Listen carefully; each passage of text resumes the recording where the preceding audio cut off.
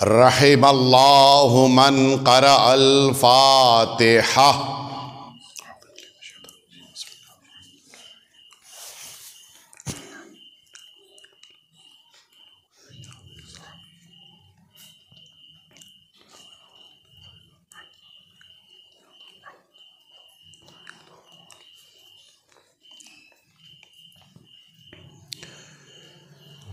لا حول ولا قوة إلا بالله العلي العظيم۔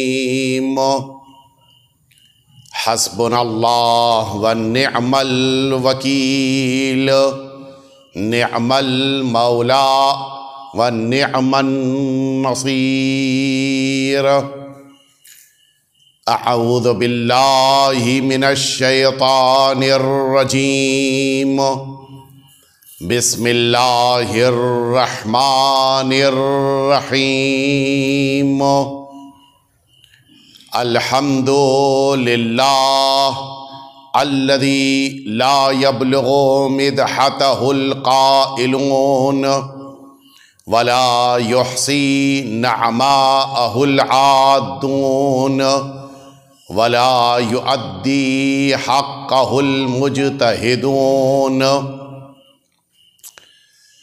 ثم الصلاة والسلام والتحية والإكرام على سيد الأنبياء والمرسلين سيدنا ومولانا أبي القاسم محمد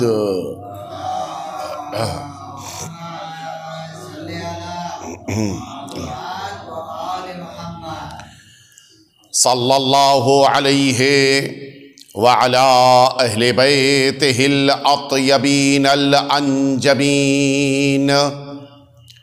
الذین اذہب اللہ عنہم الرجس وطہرہم تطہیرا۔ اللہم صلی علی محمد۔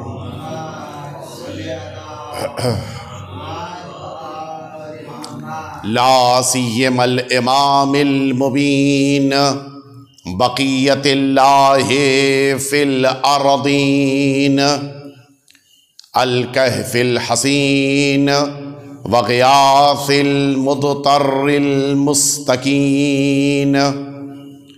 ارواحنا وارواح العالمین لتراب مقدمہ الفدا عجل اللہ تعالی فرجہ الشریف واللعنۃ الدائمۃ الباقیہ علی اعدائہ واعدائہم اجمعین۔ اما بعد فقد قال اللہ الحکیم فی کتابہ المبین انا اعطیناک الکوثر۔ ایک دفعہ آپ سبھی حضرات مل جل کے صلوات بھیج دیجئے۔ صلی علی محمد اذان محترم، جناب سید عالمیان کے القاب کی گفتگو، جس کی پہلی گفتگو آپ نے سماعت فرمائی کل، اور آپ کے سامنے اس عظیم لقب کا ذکر کیا گیا جو لقب اللہ رب العزت نے سورہ کوثر میں جناب سیدہ کو عطا فرمایا ہے۔ آج ایک دوسرے لقب کی طرف میں آپ کے اذہان عالیہ کو اور آپ کی توجہات کو لے کر جانا چاہتا ہوں، اور وہ بھی قرآن مجید ہی کا ایک نام ہے۔ آپ حضرات واقف ہیں کہ اللہ نے کچھ دن ہیں جن کو بقیہ دنوں پر فضیلت دی ہے، اور کچھ راتیں ہیں جنہیں بقیہ راتوں پر فضیلت عطا فرمائی ہے۔ جمعہ اللہ نے سید الایام قرار دیا ہے، یعنی سارے دنوں کا سردار ہے۔ اور اسی طرح سے لیلۃ القدر یعنی شب قدر ہے کہ جسے خیر من الف شہر، اللہ نے اسے 1000 مہینوں سے بہتر بنایا ہے۔ تو رات اور دن بڑی اہمیت ہے، عمل کے حساب سے بھی اور عمل کے اجر کے حساب سے بھی۔ توجہ فرمائیں آپ، عمل بھی اس دن اہمیت رکھتا ہے اور اس رات میں اہمیت رکھتے ہیں، اور اس کا اجر بھی اللہ نے بقیہ دنوں سے زیادہ رکھا ہے۔ رات میں اگر شب قدر میں کوئی ایک ایسا شخص ہے جو صدقہ دے رہا ہے، یہ شب قدر کا صدقہ 1000 مہینوں کے صدقوں سے بہتر ہے۔ شب قدر میں 2 رکعت نماز پڑھ رہا ہے، یہ 1000 مہینوں کی نمازوں سے بہتر ہے۔ ایک آیت کی تلاوت کر رہا ہے، یہ 1000 مہینوں کی تلاوت سے بہتر ہے۔ اس ایک رات میں بیٹھ کر اللہ کی بارگاہ میں دعا کر رہا ہے، یہ 1000 راتوں کی دعاؤں سے بہتر ہے۔ اس ایک رات میں ذکر اہل بیت اطہار کر رہا ہے، یہ 1000 مہینوں کی ذکر سے بہتر قرار پاتا ہے۔ یہ اللہ کا انتظام ہے، ثواب کو کئی برابر اللہ کر دیتا ہے، کوئی حساب ہی نہیں ہے۔ دنیا کا کوئی بینک آپ کو ایسا نہیں ملے گا کہ جو 1 روپے کو 84 سالوں کے زیادہ قرار دے، نہیں ہو سکتا۔ تقریباً 84 سال ہوتے ہیں 1000 مہینے میں، کوئی بینک دنیا کا اتنا زیادہ بڑھا کے نہیں دے سکتا۔ آپ 5 سال 10 سال 15 سال 20 سال کے لیے رکھ دیے، جسٹ ڈبل ہو جائے گا، شاید ٹرپل تک ہو جائے، 5000 15000 ہو جائے گا۔ لیکن یہ نہیں ہو سکتا ہے کہ 83 سال میں جتنے دن بنتے ہیں اتنا زیادہ 1000 مہینوں کو بڑھا کے اجر دے دے، اس کو بڑھا دے۔ دنیا میں طاقت نہیں ہے۔ وجہ کیا ہے؟ وجہ یہ ہے کہ دنیا والوں کے اندر اس کام کے کرنے کی قدرت ہی نہیں ہے ہی نہیں، قدرت نہیں ہے، ان کے پاس توانائی نہیں ہے۔ اور اللہ رب العزت کے اندر یہ قدرت اور توانائی ہے، ایک چھوٹے سے عمل کو اتنا عظیم اجر دے کر اس کی عظمت کو دنیا والوں کے سامنے پیش کر دیتا ہے۔ اور تعجب تو اس انسان، پوری توجہ رہے میرے اس جملے پر، تعجب تو اس انسان پر ہوتا ہے 1 روپے کا صدقہ 1000 مہینوں کے صدقوں کے برابر اجر پا جائے، کوئی اعتراض نہیں کرتا۔ 2 رکعت نماز 1000 مہینوں کی رکعت کی نماز سے بہتر ہو جائے، کوئی اعتراض نہیں کرتا۔ 1 آیت کی تلاوت 1000 مہینوں کی تلاوت سے زیادہ ثواب دے دے، کوئی اعتراض نہیں کرتا۔ لیکن ادھر امام حسین کے لیے بہنے والے آنسوؤں پر جنت ملے تو سب کو اعتراض ہوتا ہے، سب کو اعتراض کیسے مل سکتی ہے؟ جو خدا ایک شب کے عمل کا اتنا ثواب دے سکتا ہے، وہ 2 قطرہ آنسوؤں پہ جنت نہیں دے سکتا ہے؟ ایک دفعہ مل جل کے صلوات بھیج دیں آپ۔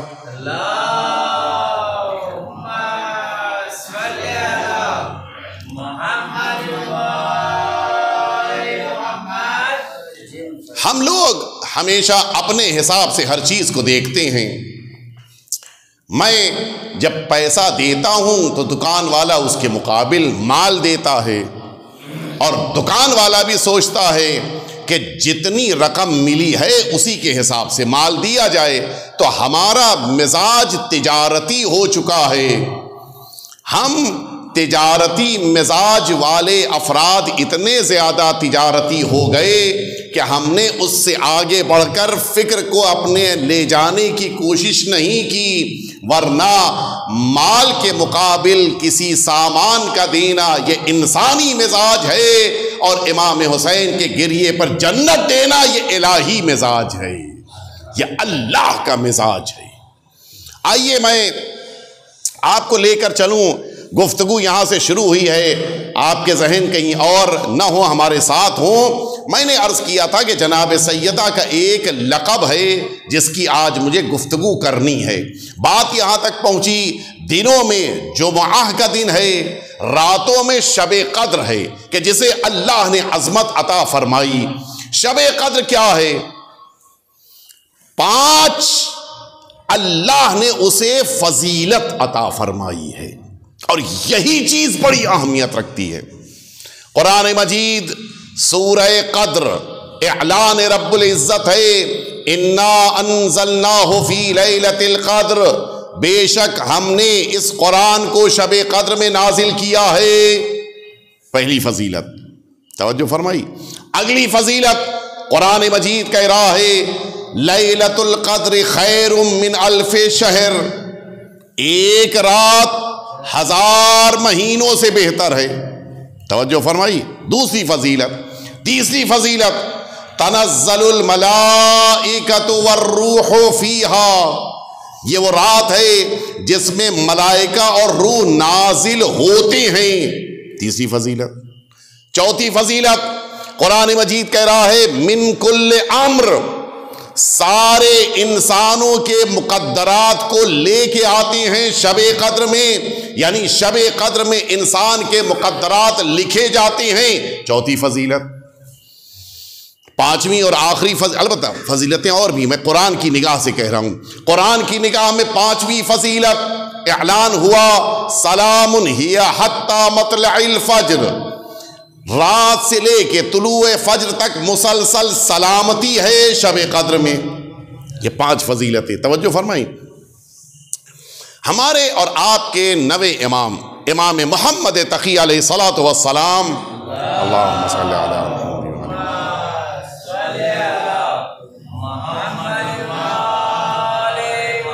آپ کا ارشاد گرامی قد اسی اصول کافی میں روایت موجود ہے۔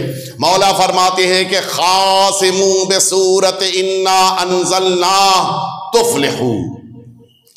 کبھی کبھی جھگڑا ہوتا ہے، اختلاف ہوتا ہے، مقابلہ ہوتا ہے، مناظرہ ہوتا ہے دشمن سے۔ فرماتے ہیں اگر چاہتے ہو کہ تم سامنے والے کے مقابل جیت جاؤ امامت کی بحث میں، تو تم سورہ انا انزلنا کے ذریعے سے استدلال کرو، اس لیے کہ سورہ انا انزلنا ایک ایسا سورہ ہے جس میں امامت کی عظمت کو بیان کیا گیا ہے۔ وہ کیا عظمت ہے سنیں گے آپ، اگرچہ تھوڑی سی میری یہ گفتگو جو اصل موضوع ہے اس سے میں تھوڑا سا باہر جا رہا ہوں، لیکن سن لیجئے۔ قرآن مجید کہہ رہا ہے کہ تنزل الملائکۃ والروح۔ آپ حضرات ماشاءاللہ سے عربک پڑھ رہے ہیں اور بڑی خوشی ہوتی ہے، بڑا اچھا لگتا ہے کہ آپ کے اندر یہ شوق ہے، یہ جذبہ ہے، اور یہ سب کے اندر ہونا چاہیے، بڑی اچھی بات ہے۔ آپ جانتے ہیں کہ یہ تنزلو فعل مضارع ہے، تتنزل در واقع تھا۔ یہ ایک ایسا کلمہ ہے کہ جس کا ترجمہ یہ نہیں ہوتا کہ ملائکہ اور روح نازل ہوئے، یہ تو پاسٹ ہو جائے گا، ماضی ہو جائے گا۔ آپ تو ماشاءاللہ پڑھتے ہیں، یہ پاسٹ ہو جائے گا، ماضی ہو جائے گا۔ یہ ہے مضارع۔ مضارع کس لیے آتا ہے؟ پریزنٹ اور فیوچر کے لیے آتا ہے۔ ترجمہ کیا ہے؟ تنزل الملائکۃ والروح، ملائکہ اور روح نازل ہوتے ہیں، یعنی 1 سال نہیں، مسلسل جب تک قیامت نہیں آئے گی ملائکہ اور روح آتے رہیں گے۔ اب آپ بتائیے کس کے پاس آتے ہیں، کس کے پاس آئیں گے؟ ہم تو بڑی اچھا دیکھیے، کل میں نے عرض کیا تھا، پھر آج کہہ رہا ہوں، اور انشاءاللہ کل نہ کہنا پڑے، جب بیٹھیے تو شروع سے آگے آگے آ کے بیٹھیے، فاصلہ بیچ میں کم کر دیجئے تاکہ بہتر طریقے سے مجلس کو آپ کی خدمت میں عرض کر سکیں۔ جو بزرگان ہیں وہ تو ٹھیک ہے دیوار، لیکن جوان آگے بیٹھ جایا کریں۔ ایک دفعہ اور مل جل کے صلوات بھیج دیں آپ۔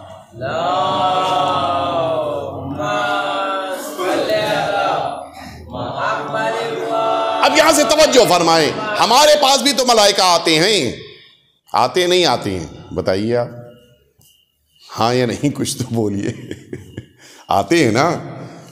صبح میں آ رہے ہیں ہمارے شانوں کے اوپر اور شام کو واپس جا رہے ہیں، شام کو آ رہے ہیں صبح واپس جا رہے ہیں. ہے یا نہیں ہمارے پاس ملائکہ آ رہے نہیں آ رہے ہیں؟ وہ ہندی میں کہتے اسمنجس. تو یہ جوان بیچارہ پریشان تھا کہ ہاں کہوں تو مشکل، نہ کہوں تو مشکل. مسلسل ملائکہ آ رہے ہیں. اب آپ انصاف سے بتائیے اگر یہ ملائکہ مسلسل آ رہے ہیں تو شب قدر کی کون سی فضیلت ہے؟ نا نہیں. ملائکہ کا اپنے اختیار سے ہمارے پاس آنا اور ہے، شب قدر میں مقدرات کو لے کر آنا اور ہے.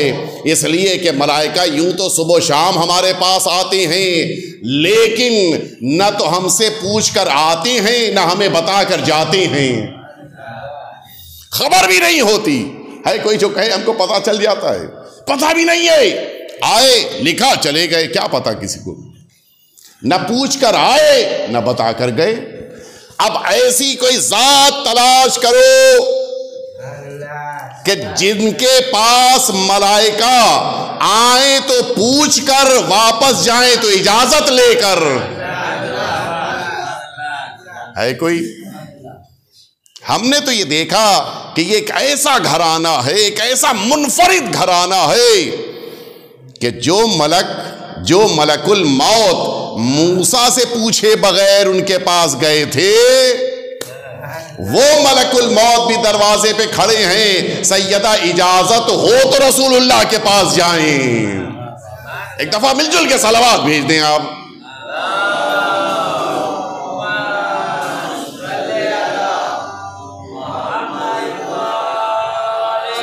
توجہ فرمائی آپ نے.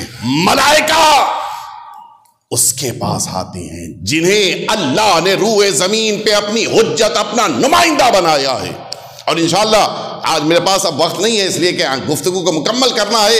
اگر اس گفتگو کو جو ابھی چل رہی ہے مکمل کرنا چاہوں گا تو جو اصل گفتگو ہے وہ رہ جائے گی. وہ کل اگر مجھے موقع ملا تو اس بات کو مکمل کروں گا کہ ملائکہ جن کے پاس آ رہے ہیں ان کا درجہ، شرف، رتبہ، منزلت کیا ہے. انشاءاللہ ایک دفعہ اور مل جل کے صلوات بھیج دیں آپ.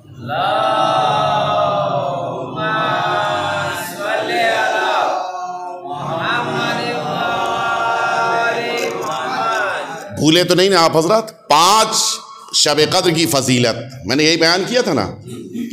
اب آیا میں اپنے نتیجے تک آپ کو لے کے آ گیا. میں نے یہ مقدمہ کیوں 20 منٹ کا پیش کیا؟ کیا ربط تھا میری گفتگو سے؟ سنیں گے آپ. اب آئیے ہمارے اور آپ کے چھٹے امام جعفر صادق علیہ الصلاۃ والسلام، صلی علی محمد. مولا کا ارشاد گرامی قدر ہے کہ ان فاطمۃ الزہرا ہی اللیلۃ القدر. جناب سید عالمیان ہیں جو شب قدر ہیں. اب آپ متوجہ ہوئے وہ جو 5 فضیلتیں اللہ نے بیان فرمائی ہیں وہ تو ظاہری شب قدر کی ہیں، در واقع یہ فضیلتیں سیدہ کی ہیں. اب آپ سنیے. پہلی فضیلت کیا تھی؟ انا انزلناہ فی لیلۃ القدر. ہم نے شب قدر میں کیا اتارا ہے؟ قرآن. ایک قرآن اتارا ہے. یہاں قرآن کہہ رہا ہے کہ اللہ نے اعلان کیا ہے 5 فضیلتیں ہیں جو سیدہ کے پاس موجود ہیں. قرآن کہہ رہا ہے کہ اللہ نے فرمایا ہم نے شب قدر میں قرآن اتارا ہے.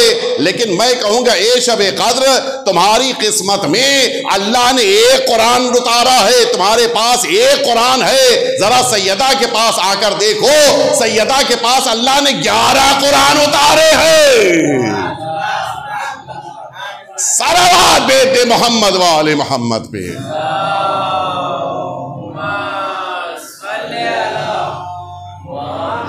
معمولی ذات نہیں ہے جناب سیدہ. 11 قرآن جناب سیدہ کے پاس آئے ہیں، معمولی بات نہیں ہے. اس کے بعد قرآن مجید کہہ رہا ہے کہ لیلۃ القدر خیر من الف شہر. یہ شب قدر ہے جو 1000 مہینوں سے بہتر ہے. یہ 1000 مہینے 83 سال بنتے ہیں کہ جو بنی امیہ کی حکومت کے لیے قرار دیے گئے. قرآن مجید اعلان کر رہا ہے یہ 83-84 سال کی حکومت سے بہتر ہے. اللہ کا عطا کردہ ایک قرآن کے نازل ہونے والی رات کا مسئلہ کہ جو ایک رات ہے وہ 84 سال کی حکومت سے لاکھوں درجہ بہتر ہے. وہ حکومت تو ایک بار آئی ختم ہو گئی. شب قدر ہر سال آ رہی ہے، لیکن خدا را جس کو تو نے واقعی شب قدر قرار دیا ہے ان کی حکومت 83 سال سے بہتر نہیں بلکہ لاکھوں سال سے بہتر ہے. کل جب سیدہ دنیا میں تشریف لائی ہیں تب بھی سیدہ کی حکومت تھی. آپ کے بیٹے دنیا میں آئے، آج ان کی حکومت باقی ہے. ان کے بعد ان کا بیٹا، ان کی حکومت باقی ہے. یہاں تک کہ سیدہ کے بیٹے کے وجود کے اوپر آج یہ پوری کائنات باقی ہے. وہ موجود ہے تو زمین موجود ہے، آسمان موجود ہے، سورج موجود ہے، چاند موجود ہے. شب قدر تجھے اللہ نے 83-84 سال سے بہتر بنایا، سیدہ کو کائنات کی حکومت سے بہتر بنایا ہے. صلوات بھیج دیں مل جل کے آپ حضرات.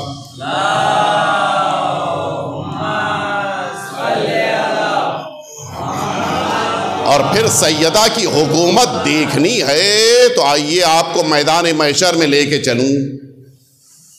ہے کوئی جس کی میدان محشر میں کوئی بھی حکومت دور کی کوئی اختیار بھی چلے؟ ہے کوئی کہ معلوم ہوا یہاں سے اپنے ساتھ ویلٹ پاکٹ لے کے گئے تھے اور رشوت دے دی کچھ فرشتوں کو کہ کچھ تو ہم کو بھی عزت مل جائے؟ چلے گا وہاں؟ کوئی نہیں. اولین و آخرین کے درمیان وہ 84-83 سال کی حکومت رکھنے والے بنی امیہ تو نہ جانے کہاں جہنم میں گل سڑ رہے ہوں گے. ان کا تو کوئی مقابلہ ہی نہیں ہے. سنیں آپ، انبیاء موجود ہیں، سارے رسول موجود ہیں، سارے اولیاء موجود ہیں، سارے اللہ کے مقرب ملائکہ موجود ہیں، سارے نیک بندے موجود ہیں. اچانک آواز آتی ہے تحت الرؤوس وغض الابصار حتی تمر ابنۃ حبیبی فاطمۃ الزہراء. اپنے اپنی نگاہوں کو جھکاؤ، اپنے اپنے سروں کو جھکاؤ، اپنی اپنی آنکھوں کو بند کرو یہاں تک کہ فاطمہ اس عرصہ محشر سے گزر کے جنت تک چلی جائے. خدا را کیا ضرورت ہے سروں کو جھکایا جائے؟ کیا ضرورت ہے آنکھوں کو بند کیا جائے؟ شاید آواز آئے. میں یہی تو بتانا چاہ رہا ہوں، سیدہ کی عظمت تو دیکھو. جب سیدہ گزرتی ہیں تو سارے انبیاء سر جھکا کے کھڑے ہو جاتے ہیں. ایک دفعہ مل جل کے صلوات بھیج دیں آپ.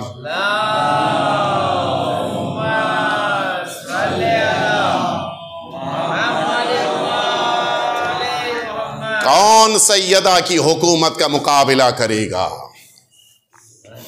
اس کے بعد قرآن مجید کہہ رہا ہے کہ تنزل الملائکۃ والروح. تیسری فضیلت شب قدر کی یہ ہے کہ اس شب میں ملائکہ اور روح آتے ہیں. آئیے ذرا سیدہ پہ دیکھ لیجئے، یہاں کا تو انداز ہی الگ ہے. شب قدر میں ملائکہ دینے آ رہے ہیں، سیدہ کے دروازے پر لینے آ رہے ہیں. بہت فرق ہے. روایت موجود ہے یہ جو قرآن مجید کہہ رہے کہ وَيُطْعِمُونَ الطَّعَامَ عَلَىٰ حُبِّهِ مِسْكِينًا وَيَتِيمًا وَأَسِيرًا. مسکین، یتیم، اسیر، ان تینوں کو سیدہ نے اپنے دسترخوان کی ساری غذا دی ہے. چھٹے امام کی روایت موجود ہے یہ 3 ملک ہیں جو اللہ کی بارگاہ سے اجازت لے کے در سیدہ پہ روٹیاں لینے آئے ہیں. بس مجھے جملہ کہنے دیجئے، شب قدر میں اور سیدہ میں یہی فرق ہے. شب قدر میں دینے آتے ہیں، سیدہ کے دروازے پر لینے آتے ہیں. جناب سیدہ کی عظمت. اچھا اور سنیں گے آپ، نماز ماشاءاللہ سب نے پڑھی ہے، ٹھیک. آپ کا کیا نام بیٹا؟ کیا نام؟ زکی. ماشاءاللہ ماشاءاللہ ماشاءاللہ، ہمارے نام اچھا ہے بھائی. اتفاق یہ ہے کہ میں عرض کروں بیٹا، ابھی 3 دن 4 دن پہلے میں ممرہ میں مجلس پڑھ رہا تھا اور یہیں پر رک کر میں نے اسی بات کے لیے ایک قریب بیٹھے بچے سے پوچھا بیٹا تمہارا کیا نام ہے؟ کہا زکی. یہ عجیب اتفاق ہے.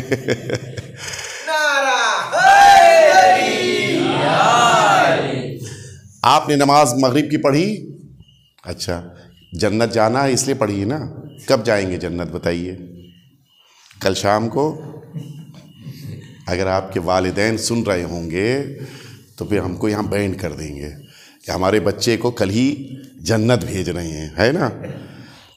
جنت یقیناً جائیں گے، لیکن آج کی مغرب کی نماز اور ملنے والی جنت میں کتنا فاصلہ ہے؟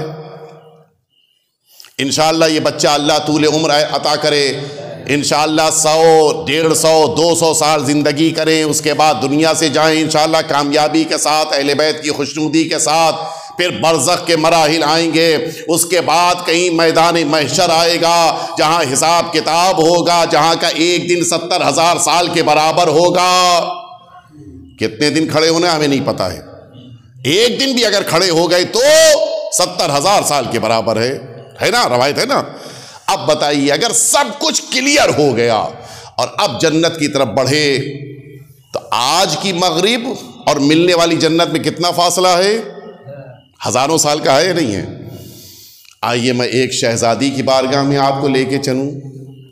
مصلی بچھایا، 2 رکعت نماز پڑھی، ابھی سجدے میں سر ہے، دق الباب ہوا. کون؟ کہا ہم جنت سے آپ کے لیے کھانا لے کے آئے ہیں. توجہ فرما. سیدہ کی نماز اور جنت کے کھانے میں کتنا فاصلہ؟ اچھا عجیب ہے. جنت میں کیا ہے؟ جنت میں بہترین کھانے ہیں، سیدہ کے دروازے پہ کھانے آ رہے ہیں. جنت میں ملائکہ ہیں، سیدہ کے دروازے پہ آ رہے ہیں. جنت میں بہترین لباس ہیں، سیدہ کے دروازے پہ لباس آ رہے ہیں. جنت میں بہترین عطر ہے، سیدہ کے پاس عطر آ رہا ہے. جنت میں بہترین گہنے داغینے ہیں، سیدہ کے دروازے پہ آ رہے ہیں. جنت میں حوریں ہیں، سیدہ کے دروازے پہ حوریں آ رہی ہیں. عجیب مرحلہ ہے. جس جنت کے تلاش میں ہم نے زندگی بھر کوششیں کی تھیں، وہ جنت کی ساری چیزیں سیدہ کے پاس چلی آ رہی ہیں. بس مجھے جملہ کہنے دیجئے، ہماری نماز ہمیں جنت تک پہنچائے گی، سیدہ کی نماز جنت کو دروازے پہ لے آتی ہے. صلوات بیت محمد و آل محمد پہ.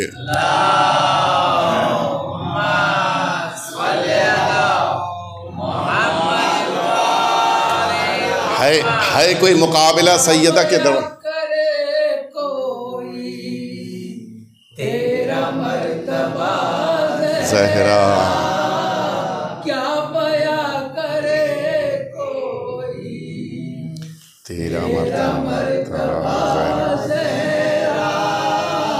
تیرے گھر کے آنگن میں دین حق پر سبحان اللہ سبحان اللہ ماشاء اللہ. تیرے گھر کے آنگن میں دین حق پلا زہرا پر محمد والے محمد سلوات. اللہم صلی علی محمد وآل محمد.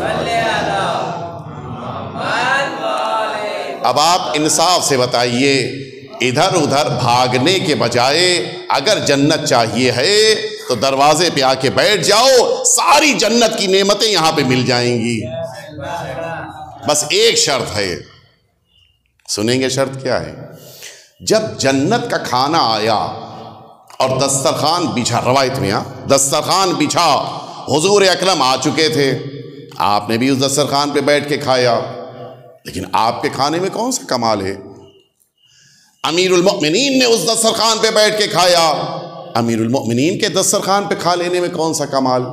وہ تو اس دسترخوان کی غذا کی قسمت ہے کہ امیر المؤمنین نے اٹھا کے کھا لیا اسے، ہے نہیں؟ مولا کی کوئی فضیلت تھوڑی نہیں ہے، یہ تو اس کی فضیلت ہے. سیدہ نے کھایا، یہ تو اس غذا کی قسمت ہے. امام حسن امام حسین نے کھایا، ابھی بھی کوئی فضیلت ان 2 شہزادوں کی تھوڑی نہیں ہے، وہ تو اس غذا کی فضیلت ہے. لیکن ان 5 کے علاوہ ایک اور ذات ہے جس نے اسی دسترخوان پر بیٹھ کر جنت کی غذا کھائی. وہ کوئی اور نہیں ہے، سیدہ کی کنیز ہیں۔ متوجہ ہوئے؟ یہ فضہ ہیں جنہوں نے اس دسترخوان پہ بیٹھ کے کھایا ہے۔ اب مجھے جملہ کہنے دیجئے، جسے جنت کی غذائیں کھانی ہو وہ سیدہ کا غلام یا کنیز بن جائے، سیدہ اسے بھی عطا کرتی ہیں۔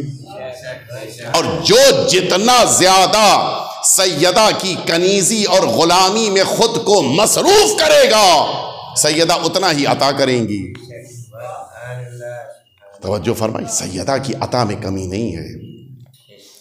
آئیے میں مکمل کیے دیتا ہوں کس کو چوتھی فضیلت یاد ہے شب قدر۔ یہ تین ہو گئی، قرآن نازل ہوا، ملائکہ آتے ہیں، اور اس کے ساتھ ساتھ 1000 رات سے بہتر، یہ تو تین ہو گئی۔ چوتھی کیا فضیلت بتائی تھی میں نے شب قدر کی، کس کو یاد ہے؟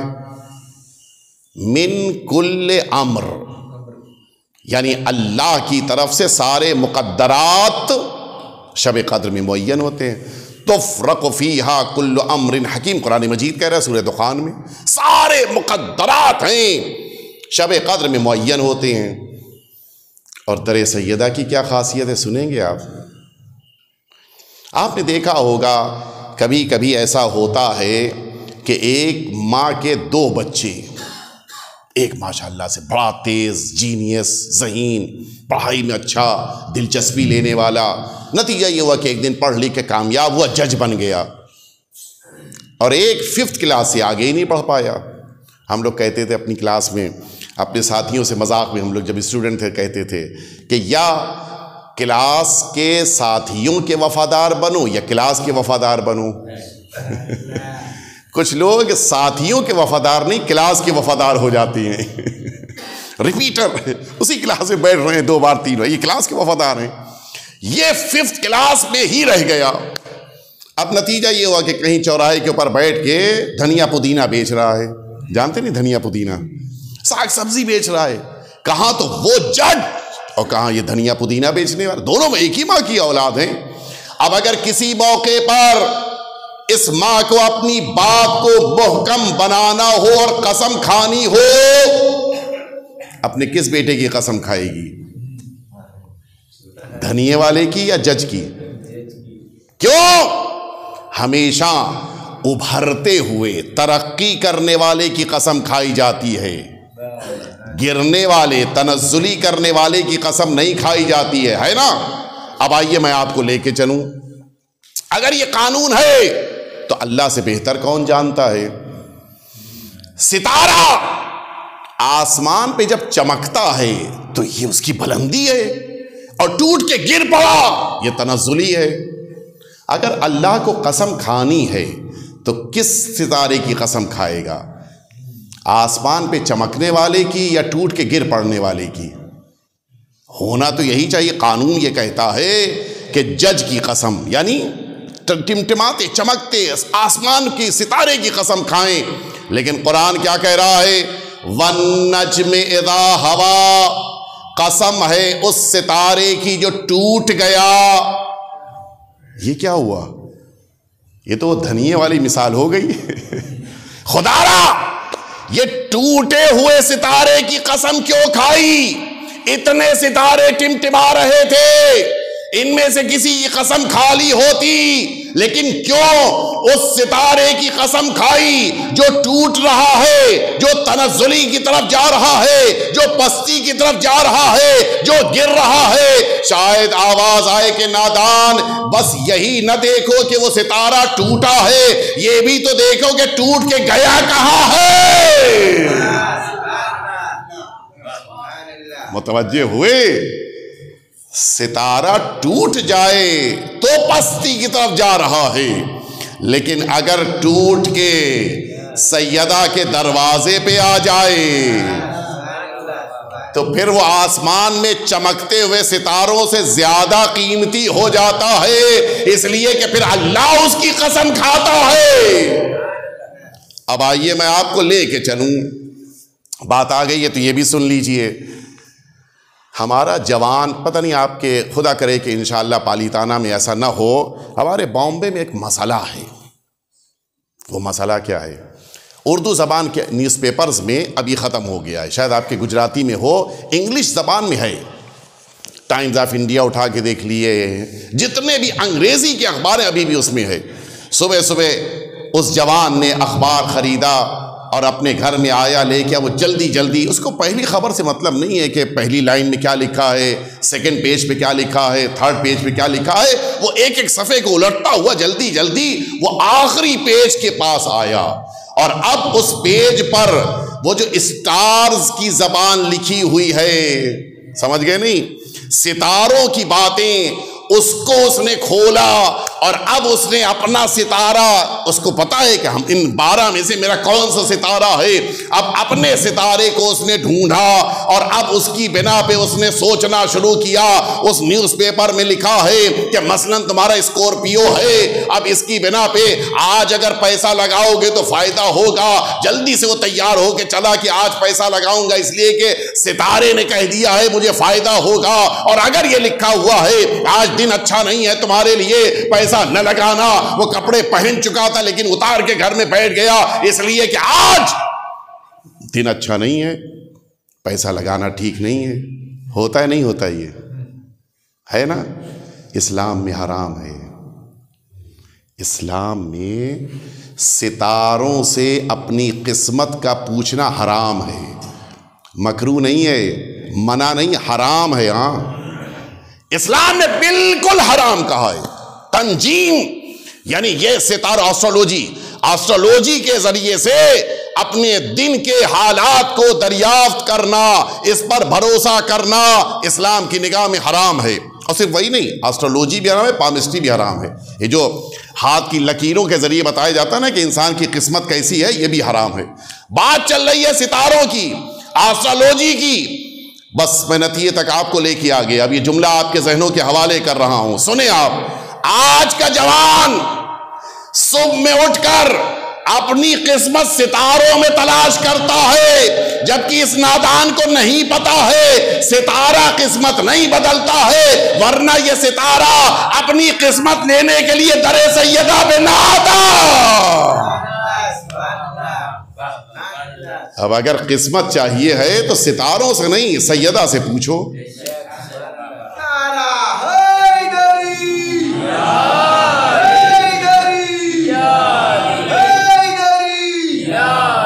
آپ یقین جانیں ستارہ آپ کی قسمت نہیں بدل سکتا، سیدہ بدل سکتی ہیں، سیدہ بدل سکتی ہیں۔ جملہ سنیں گے کیوں میں کہہ رہا ہوں؟ ماشاء اللہ سے آپ لوگ کتابیں پڑھتے رہتے ہیں، کوئی بتائے کہ جنت میں سلائی مشین ہے؟ ہے نہیں ہے؟ ہے یا نہیں؟ دو ہی صورت ہے۔ اب میں آپ سے نہیں پوچھوں گا بھائی، آپ مشکل میں ہو جاتے ہیں۔ دو ہی، کیا ہے یا نہیں ہے؟ وہاں کپڑے کی تھان ہے، تھان جانتے ہیں نا کہ وہاں کاٹ کاٹ کے کپڑے سیلے جائیں، سوئی ہو، تاگا ہو، دھاگا جس کو کہتے ہیں، وہاں ایک درزی بیٹھا ہو، کبھی سنا آپ نے؟ لیکن ہم نے تو عجیب منظر دیکھا۔ رضوان نے دروازے پہ کھڑے ہو کر کہا کہ میں جنت سے آئے ہوں، درزی ہوں۔ اچھا، میں اور آپ تو ہو سکتا ہے کہ آ رہے بھاؤ نگر سے اور کہہ دیا مہوا سے آ رہی ہیں، ملک کر سکتا ہے یہ کام؟ جھوٹ تو نہیں بول سکتا نا، وہاں تو پاسبل ہی نہیں ہے کہ وہ غلط بیانی سے کام لے، ہے کچھ کہہ کچھ دے۔ یہ ہو سکتا ہے؟ نہیں ہو سکتا، وہ جھوٹ تو نہیں بول سکتا۔ تو پھر یہ بتائیے کہ وہاں مشین ہے، وہ درزی صاحب کہاں بیٹھتے ہیں بھائی؟ آپ بتا دیجئے وہ درزی کہاں بیٹھتا ہے؟ جنت میں نہ درزی ہے، نہ سلائی مشین ہے، نہ کپڑوں کی تھان ہے، نہ سوئی ہے، نہ تاگا ہے، نہ کوئی سلائی ہو رہی ہے، پھر بھی آنے والا کہہ رہا ہے کہ میں درزی ہوں۔ وجہ کیا ہے؟ وجہ صرف ایک ہے، اللہ کی سب سے محترم کنیز نے اگر یہ کہا ہوتا کہ بچوں تمہارا لباس رضوان کے پاس ہے، تو آنے والا کہتا کہ میں رضوان ہوں۔ لیکن چونکہ سیدہ نے کہا ہے کہ تمہارا لباس عند الخیاط، درزی کے پاس ہے، تو اب اس ملک کی ہمت نہیں ہے کہ آ کر یہ کہہ دے کہ میں ملک ہوں کپڑا لے کر آیا ہوں. اس کو کہنا پڑے گا میں حسنین کا درزی ہوں کپڑا لے کے آیا ہوں. بس اب آپ سمجھے سیدہ کی زبان انسانوں کی قسمت بدل سکتی ہے, مخلوقات کی قسمت بدل سکتی ہے. سیدہ کہہ دیتی ہے تو رضوان درزی بن جاتا ہے. صلوات بیت محمد وآل محمد پہ.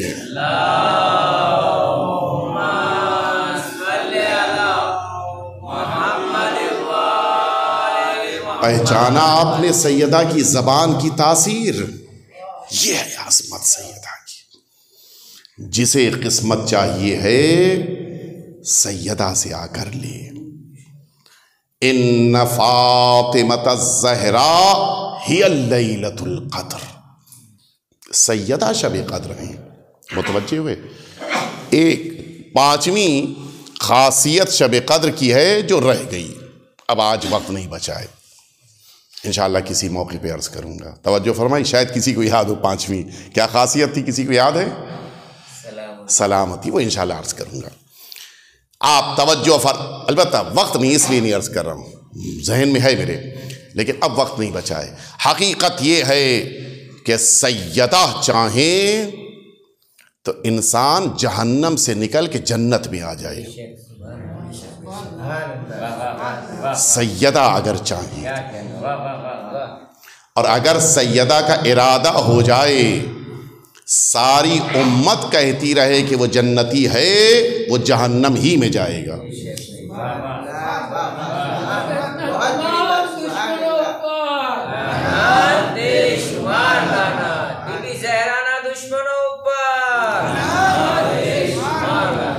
ایک عظیم الشان مرجع گزرے ہیں آیت اللہ العظمیٰ سید ہادی میلانی علیہ الرحمت والرضوان.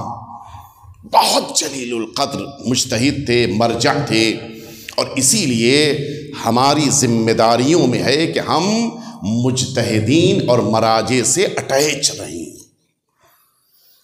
یہ زیادہ اہل بیت کی احادیث کو سمجھتے ہیں اور بہتر طریقے سے سمجھاتے ہیں, لہٰذا ان سے وابستہ رہنا چاہیے. آج ان کے صاحبزادے قم میں موجود ہیں, بڑے اچھے عالم وہ بھی ہیں. سید علی میلانی وہ بھی بڑے اچھے پختہ عالم ہیں. میں عرض کر رہا ہوں ان کے والد سید ہادی میلانی جو مجتہد تھے, مرجع تھے, مسلم الثبوت مرجع تھے, مشہد میں رہتے تھے. ایک بار ان کے پاس جرمنی سے 3 آدمی آئے, جرمن سے, باپ, ان کی زوجہ اور بیٹی. ظاہر ہے کہ وہ تو فارسی نہیں جانتے اور جرمنی نہیں آتی, تو اب کوئی ٹرانسلیٹر چاہیے. ٹرانسلیٹر بھی ساتھ میں تھا, اس نے ٹرانسلیٹ کیا. آئے بیٹھے, کیوں آئے ہو؟ آپ کے ہاتھ پر آئے ہیں اسلام لانے. اچھا, آپ کے ذہن میں سوال پیدا ہوا نا, کیوں؟ وہی سوال ان کے ذہن میں بھی آیا. ایسے تھوڑی نہیں کہ بس کہا کلمہ پڑھوا دے, نہیں, بتاؤ کیوں. اشارہ کیا کہ یہ جو میری 7-8 سال 10 سال کی بچی بیٹھی ہے, میں اس کی وجہ سے اسلام لانا چاہتا ہوں. ہم تینوں, بچی بھی, اس کی ماں بھی اور میں بھی, اس کی وجہ سے, بچی کی وجہ سے. کیا ہوا؟ اچھا, اب ذہن میں تصور پیدا ہوتا ہے نا, شاید دعا کی ہوگی, پیدا ہوگی. یہ عیسائی لوگ, یہ عیسائی تھے, کرسچن تھے, اور بڑے پیسے والے تھے جرمنی کے. آپ وہ افراد جو بزرگان ہیں ان کو یاد ہوگا, مجھے تو نہیں ہے, میں اتنا بزرگ نہیں ہوں. آج سے تقریباً 60-65 سال پہلے جرمنی کا میڈیکل سائنس میں بہت نام تھا, آج بھی البتہ ہے, لیکن وہ نام جو اس زمانے میں تھا, یہ واقعہ تقریباً 60 سال پہلے کا ہے, بہت نام تھا اس زمانے میں.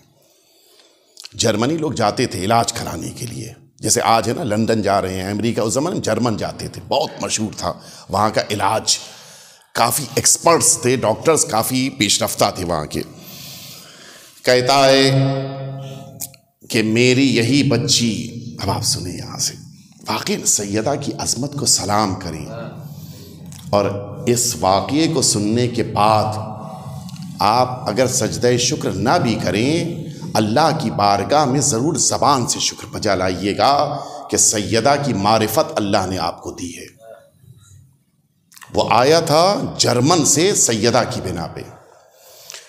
کہتا ہے میری یہی بچی، چھوٹی سی بچی، کم سن بچی، ایکسیڈنٹ ہو گیا تھا اور بدن اس کا پورا زخمی ہوا تھا، اور کچھ اندرونی چوٹیں کچھ باہری چوٹیں۔ اب جو ایکس رے ہوا اور سارے فارمیلٹیز ہوئیں تو پتہ یہ چلا کہ اندر بھی کافی چوٹیں ہیں، اور ان میں سب سے زیادہ جو اہم چوٹ تھی وہ یہ تھی کہ اس کی پسلی ٹوٹ گئی تھی۔ بہت تکلیف ہوتی ہے، پسلی کی ایک ہڈی بھی اگر ٹوٹ جائے بہت تکلیف ہوتی ہے۔ جرمن مشہور تھا اس زمانے میں علاج کے معاملے میں، سارے بڑے بڑے ڈاکٹرز کو میں نے دکھا لیا، سب نے کہا کہ اس کا کوئی علاج آپریشن کے علاوہ نہیں ہے، لیکن آپریشن تو ہم کر دیں گے، کوئی گارنٹی نہیں ہے کہ بچی زندہ رہے، بہت زیادہ ممکن ہے کہ آپریشن تھیٹر میں اسٹریچر ہی پہ مر جائے، بہت کم چانس ہے۔ اب ظاہر ہے کہ باپ کیا کرے، اس نے وائف سے بھی مشورہ کیا، بچی سے بھی پوچھا، بچی نے کہا نہیں میں گھر پہ مروں گی، میں اوٹی میں ابھی نہیں مرنا چاہتی، گھر پہ کچھ دن تو زندہ رہوں گی۔ خیر بڑی مشکل سے اس نے ڈاکٹر سے ریکویسٹ کی کہ بھائی کچھ دن ہم کو گھر جانے تو لے کے گھر آ گیا، لیکن یہ بچی اٹھ کر بیٹھ نہیں پاتی تھی، سانس نہیں لے پاتی تھی، بیٹھتی تھی تو سانس نہیں لے پاتی تھی، اتنا درد تھا، تڑپتی تھی درد سے۔ کہتا ہے کہ میرے گھر میں ایک خدمت گزار، یہ کرسچن تھے، میرے گھر میں ایک خدمت گزار تھی ایرانی جس کا نام بی بی تھا، ہم لوگ اس کو بی بی کہہ کے بلاتے تھے، اس نے بتایا تھا کہ میرا نام بی بی ہے۔ یہ اسی کے ساتھ اٹھتی بیٹھتی تھی، اسی بچی کے ساتھ خدمت کرتی تھی، تیمارداری کرتی تھی۔ ایک دن اس بچی نے اس بی بی سے کہا کہ میں اپنی ساری دولت بہت امیر گھرانہ تھا، ساری دولت دے دوں گی اگر دنیا کا کوئی ڈاکٹر میرے اس درد کو دور کر دے، بہت تڑپ ہے میرے اندر، بہت تکلیف ہے۔ اس بی بی نے کہا کہ ہم ایرانی ہیں اور مسلمان ہیں، ہمارے پاس ایک ڈاکٹر ہے، وہ ٹھیک کر دے گا تمہیں۔ اس بچی نے کہا کہ میں ساری دولت دے دوں گی اس کو۔ اس بی بی نے کہا نہیں، اس کو تمہاری دولت نہیں چاہیے، وہ ٹھیک کر دیں گے۔ پوچھا کیوں؟ کہا اس لیے کہ میں مسلمانوں کے درمیان، تم لوگ نہیں جانتے لیکن میں مسلمانوں کے درمیان سادات میں سے ہوں، میں پیغمبر کے خاندان سے ہوں۔ اور اس بی بی نے کہا بیٹا جو تکلیف تمہارے ہے وہی تکلیف میرے دادی کو بھی تھی، ان کی بھی پسلیاں ٹوٹی تھی۔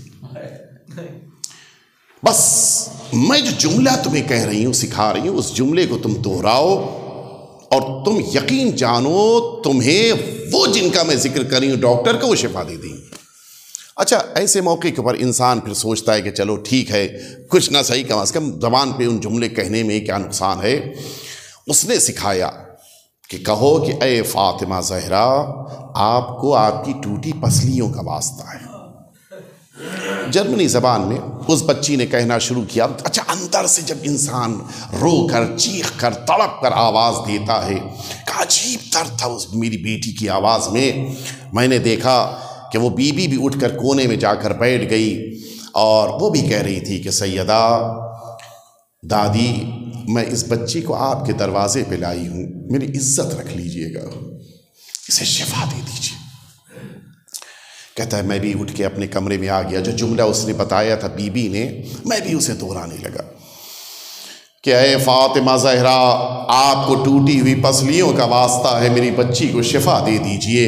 کہتا ہے کہ ادھر بچی چیخ رہی تھی، اس کی آواز آ رہی تھی، ادھر بی بی بول رہی تھی، اس کی آواز آ رہی تھی، اور میں بھی چیخ چیخ کے آوازیں دے رہا تھا، ادھر میری وائف بھی آواز دے رہی تھی۔ اچانک میری بیٹی کی آواز تھم گئی، میں گھبرا گیا کہ کہیں ایسا تو نہیں کہ میری بیٹی دنیا سے چلی گئی۔ کہتا ہے میں دوڑتا ہوا اپنی بیٹی کے کمرے میں داخل ہوا، جو بیٹی اپنی جگہ سے اٹھ نہیں سکتی تھی وہ خوشی کے عالم میں اپنے بستر پہ بیٹھی ہوئی تھی، اور جیسے ہی اس نے مجھے دیکھا خوشی کے آنسو اس کے چہرے پہ جاری ہو گئے اور کہتی ہے کہ مجھے صحت مل گئی ہے، میرا سارا درد ٹھیک ہو گیا ہے، میرے بدن میں اب کوئی تکلیف نہیں ہے۔ اس نے پوچھا کہ بتاؤ کیا ہوا، کیسے تمہیں یہ صحت مل گئی، کیسے تمہارا درد دور ہو گیا؟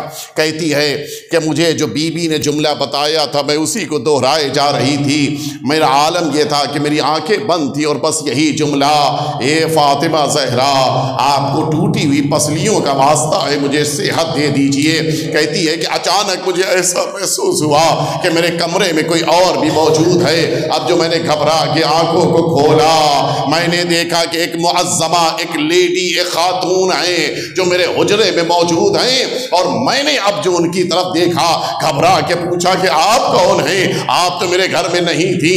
جواب ملا، جس کو تو بلا رہی تھی میں وہی فاطمہ زہرا ہوں، میں تمہارے درد کو سمجھ سکتی ہوں، مجھے پتا ہے کہ تمہارے سینے میں کتنا درد ہے، مجھے معلوم ہے کہ تمہاری پسلیوں میں کتنی تکلیف ہو رہی ہے، اس لیے کہ انہی تکلیفوں کے ساتھ میں اس دنیا سے رخصت ہو گئی تھی، میں تمہاری شفا کے لیے آئی ہوں۔ اور یہ کہہ کے اس بی بی نے مجھے شفا عطا کی ہے، سیدہ نے مجھے شفا عطا کی ہے، اور میں اسی بنا پر آج اسلام کو لانے کے لیے آپ کے پاس آیا ہوں۔ ہاں زادارو، آج بھی سیدہ غیروں کو بھی شفا عطا کرتی ہیں، اپنوں کو کیسے بھلا سکتی ہیں؟ لیکن ہاں میں کہوں گا اس بچی سے کہنا چاہتا ہوں کہ یہ چھوٹی سی بچی، تمہیں تو سیدہ نے شفا عطا کر دیا، تم نے پوری زندگی سالم پسلیوں کے ساتھ گزاری ہے، تمہارے بدن میں اب کوئی درد نہیں ہے، لیکن آئے رسول کی بیٹی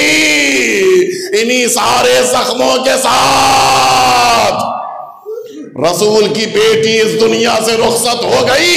سیدہ اتنی تکلیفیں اٹھائی ہیں، سنو عزادارو، کوئی انسان سمجھ بھی نہیں سکتا ہے کہ سیدہ نے کتنی تکلیفیں اٹھائی ہیں، ہم تو سوچ کر ہی گریا کرتے ہیں۔ کوئی سیدہ کے دل سے پوچھے، سیدہ نے تو امیر المؤمنین کو بھی نہیں پوری طرح سے بتایا کہ علی پریشان ہو جائیں گے، اتنا زیادہ احتیاط کرنے والی سیدہ۔ لیکن سنو، سیدہ جب چلتی تھی دیوار کا سہارا لے کے چلتی تھی، ہاتھ میں عصا لے کے چلتی تھی، جب بیٹھتی تھی تو زمین تک سر چلا جاتا تھا۔ آخر وجہ کیا ہے؟ سنو گے عزاداروں، اسی تہران میں آغائے انصاریان موجود ہیں۔ ایک دن انہوں نے جناب سیدہ کے مسائب، خود ان کا بیان میں نقل کر رہا ہوں، انہوں نے جناب سیدہ کے مسائب پڑھے، مسائب پڑھنے کے بعد منبر سے نیچے اتر آئے، ان کے مسائب کے بعد ماتم ہوا، ماتم کے بعد نیاز تقسیم ہوئی، لیکن مسلسل ایک جوان تھا جو بیٹھ کے گریہ کر رہا تھا، رو رہا تھا، سب کو بڑا تعجب ہو رہا تھا۔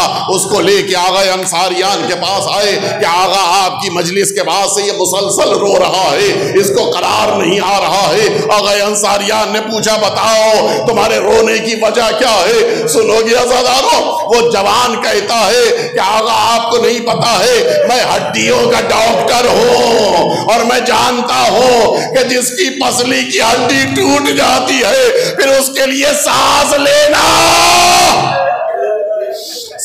لینا بھی مشکل ہو جاتا ہے، اسے آگے جھکنا پڑتا ہے تاکہ وہ سانس لے سکے۔ میں یہی سوچ کے رو رہا ہوں، ہائے سیدہ، مدینے میں 75 دنوں تک، 95 دنوں تک سیدہ نے کیسے سانس لی ہوگی، سیدہ نے کیسے زندگی گزاری ہوگی؟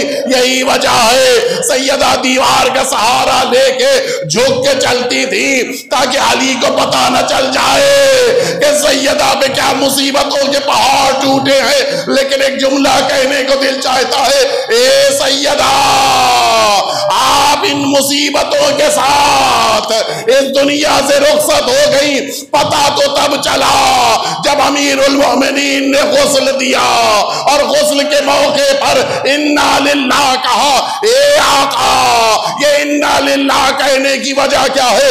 فرماتے ہیں کہ میری سیدہ دنیا سے رخصت ہو گئی، مجھے نہیں بتایا کہ پسلیاں ٹوٹ گئی تھی، وہ تو غسل کے موقع پر علی کو پتا چلا۔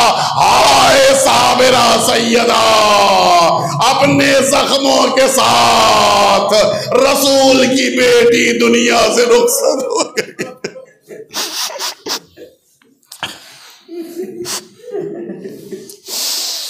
الا لعنت اللہ علی القوم الظالمین وسيعلم الذین ظلموا ای منقلب ینقلبون الہی بحق الزہراء وابیہا وبعلہا وبنیہا والسر المستودع فيها ان تصلی علی محمد و آل محمد۔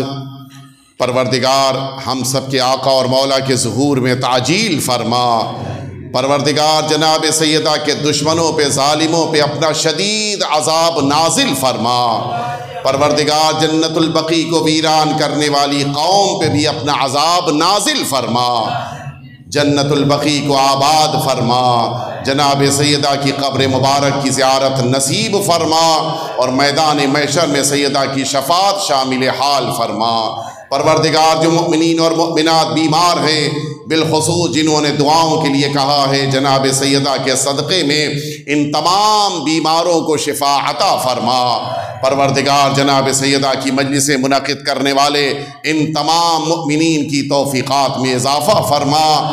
سیدہ کے لیے آنسو بہانے والے، گریہ کرنے والے، ماتم کرنے والے، نوحہ پڑھنے والے، ذکر کرنے والے، تبرک بانٹنے والے، فرش عزا پہ بیٹھنے والے، ان تمام مؤمنین کو پروردگار جناب سیدہ کے زیر سایہ صحت اور سلامتی عنایت فرما۔ ربنا تقبل منا انک انت السمیع العلیم۔ ماتم حسین۔ ایک سورہ فاتحہ باقر النمر તેમજ શહીદ કાસિમ સુલેમાની તેમજ શહીદ મહેંદી અલ મોહંદિસ તેમજ મુદાફિયાને હરમ જે હરમની હિફાજત માટે શહીદ થયા છે તેમને રૂહના સવાબ માટે સૂરહ ફાતિહા।